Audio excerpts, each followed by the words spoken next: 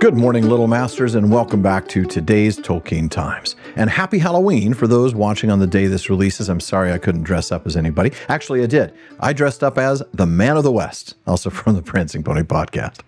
We're sticking with the poetry and songs from The Lord of the Rings for Series 8's readings on Third Age Thursday, as so many of you had asked me to do. And after spending the last 2 weeks looking at Bilbo's metrical hijinks about Rivendell, we're still staying in Rivendell to look at one more song. Shortly after Bilbo's performance of the Eärendil and his rejection of an encore request from Lindir, Bilbo and Frodo are talking about the verse, with Frodo saying he won't try and guess anything about it, but acknowledging that he was half asleep when Bilbo started and felt like he was dreaming through most of it. As they leave, we read, "They got up and withdrew quietly into the shadows and made for the doors. Sam they left behind, fast asleep, still with a smile on his face." In spite of his delight in Bilbo's company, Frodo felt a tug of regret as they passed out of the Hall of Fire. Even as they stepped over the threshold, a single clear voice rose in song. "Ah, Elbereth Gilthoniel, Silivrin penna Miriel, o Menel aglarelanath, na Hyred Palandiriel, o Galathrem menenarath, Fanulos lelinnathon, Nephair si Nephaieron." Frodo halted for a moment, looking back. Elrond was in his chair, and the fire was on his face like summer light upon the trees. Near him sat the Lady Arwen. To his surprise, Frodo saw that Aragorn stood beside her.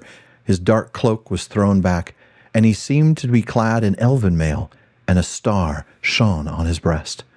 They spoke together, and then suddenly it seemed to Frodo that Arwen turned towards him, and the light of her eyes fell on him from afar and pierced his heart. He stood still, enchanted, while the sweet syllables of the elvish song fell like clear jewels of blended word and melody. "It is a song to Elbereth," said Bilbo. "They will sing that and other songs of the Blessed Realm many times tonight. Come on." Let's look at this song to Elbereth, or should I say, let's look at it again, because we first looked at it back in August in week 52, as the hobbits encountered Gildor and Glorian in the woody end in the Shire.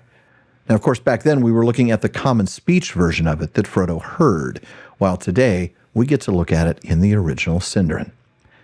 Interestingly, unlike Galadriel's lament, the text does not give us an immediate translation. Bilbo just says it is a song to Elbereth, and that's all we get. Fortunately, though, in the beautiful work The Road Goes Ever On, a song cycle that Tolkien wrote with composer Donald Swann in 1967, we get a detailed translation. "Ah, Elbereth Gilthoniel" means "O Elbereth Starkindler."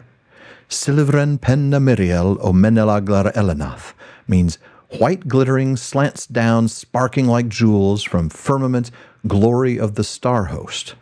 "Nahyred Palandiriel o Galathrem menenarath" means "to remote distance after having gazed from tree-tangled middlelands." And finally, "Fanuilos lelinnathon Nephair si Nephaieron." "Fanuilos, to thee I will chant on this side of the ocean, here on this side of the great ocean." So that's the literal translation. So you'd end up reading it as, "O Elbereth who lit the stars, from glittering crystal slanting falls with light like jewels from heaven on high, the glory of the starry host. To lands remote I have looked afar, and now to thee, Fanuilos, bright spirit clothed in ever white, I here will sing beyond the sea, beyond the wide and sundering sea." Now, we also learn in that book that while the language is Sindarin, it is of a variety used by the High Elves, marked in high style and verse by the influence of Quenya, which had been originally their normal tongue. Tolkien then gives us a couple of influences in that regard, saying that examples of this are Menel, firmament, high heaven, the region of the stars; Palan, which means afar, more accurately, abroad, far and wide, before acknowledging that truly translating the full meaning would take a lot more space. He explains that the word silivren, which is translated as white glittering, would, in his words, recall to elvish minds the Silmarils, and describe the stars as crystalline forms shining from within with a light of mysterious power. Then he gives us a few examples of how the kinship of Sindarin and Quenya can be observed even in these fragments. First up is El, meaning star, and how in Sindarin this was, in usual language, typically replaced by Gil, meaning bright spark. But again, this is Sindarin of a variety used by the High Elves, so we get Quenya influence. He also points out as examples of these connections, Mir, jewel, as in the lament, which is in Quenya, and in Miriel. The word aglar, glory, similar to Quenya alkar, also meaning glory. Galath, tree, and Quenya alda. Ayar, sea, and Ayar, as in Earendil. Now let's take a closer look at something interesting. In Sam's invocation to Varda in the Two Towers, he starts out saying, A Elbereth Gilthoniel Omenel Palandiriel, which translates as, O Elbereth, star-kindler, from firmament gazing afar. Of course, there's more, but it's that short Palandiriel with a short I that I want to talk about here. Palandiriel, not Palandiriel. Now, I know that sounds like they're very much the same, but I want to point that out. Tolkien writes here in The Road Goes Ever On that as a divine or angelic person, Varda, Elbereth, could be said to be looking afar from heaven as in Sam's invocation, hence the use of a present participle with short dir. So why is that syllable long here? Dir? Well, this brings us back to week 52 when we were talking about what Gildor and the elves were doing, where they were coming from. And I'm sure I'm not getting that short I right, but I'm trying. The point is that present tense is that short I. And we find that while, as Tolkien explains, the elves in Rivendell could only be said to gaze afar towards Elbereth and Valinor in yearning. But the version there is past tense, palandiriel, which means having gazed afar. Tolkien explains that this is a reference to the Palantir upon the Tower Hills. The High Elves, those that didn't dwell in or near the havens, journeyed to those tower hills at intervals to look afar at Eressëa, Tolkien writes, and the shores of Valinor, close to which it lay. The hymn is one appropriate to elves who have just returned from such a pilgrimage.